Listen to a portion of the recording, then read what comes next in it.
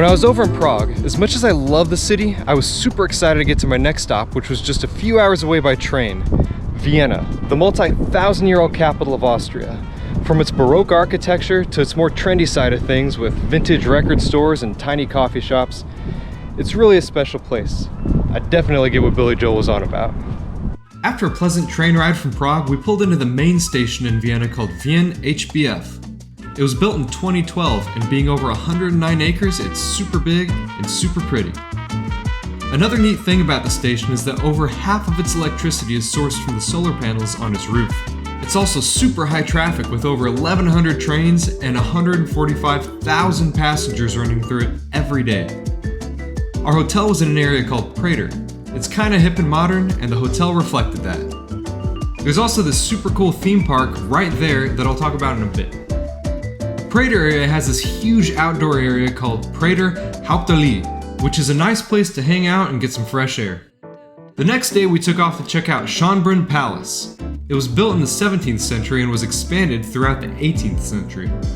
It's got over 1,400 rooms, so it's pretty massive, and the gardens outside are super cool. And it may not look like it, but it was freezing outside with a harsh breeze, so I made sure to bundle up to stay nice and toasty.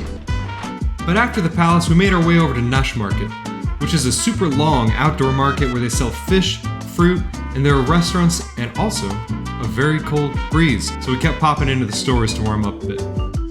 The whole thing is over 1.5 kilometers long and has over 121 of those stalls/shops. I really liked it there. But after our Nash Market stroll, we headed over to some random mall we found on Google Maps. Because I always make sure to check out a mall when I'm in another country just to see what kind of stuff they have in other places around the world. And it looks like someone left their chunky dog to wait while they were shopping. He was chill. Didn't really see much that caught our eye, so we just loaded up on snacks and headed back to the hotel.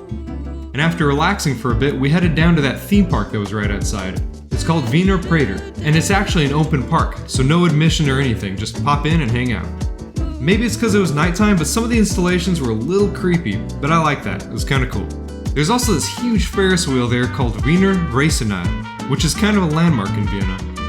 We found this huge restaurant/beer garden in the park that we checked out, but it was getting late and super cold, so we called it a night.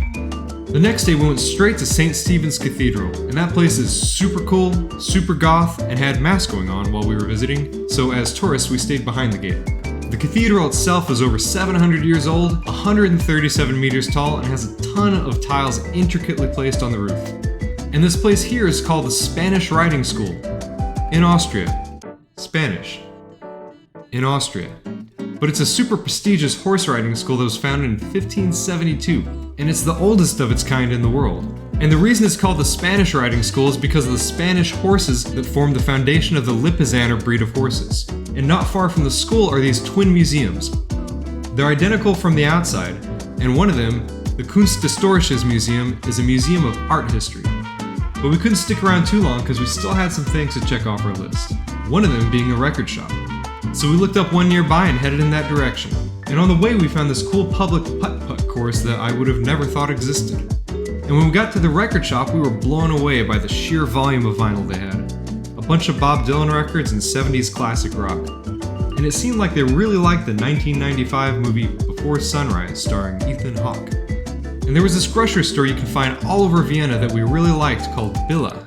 Good snacks and this freshly squeezed OJ machine where you can bottle your own juice.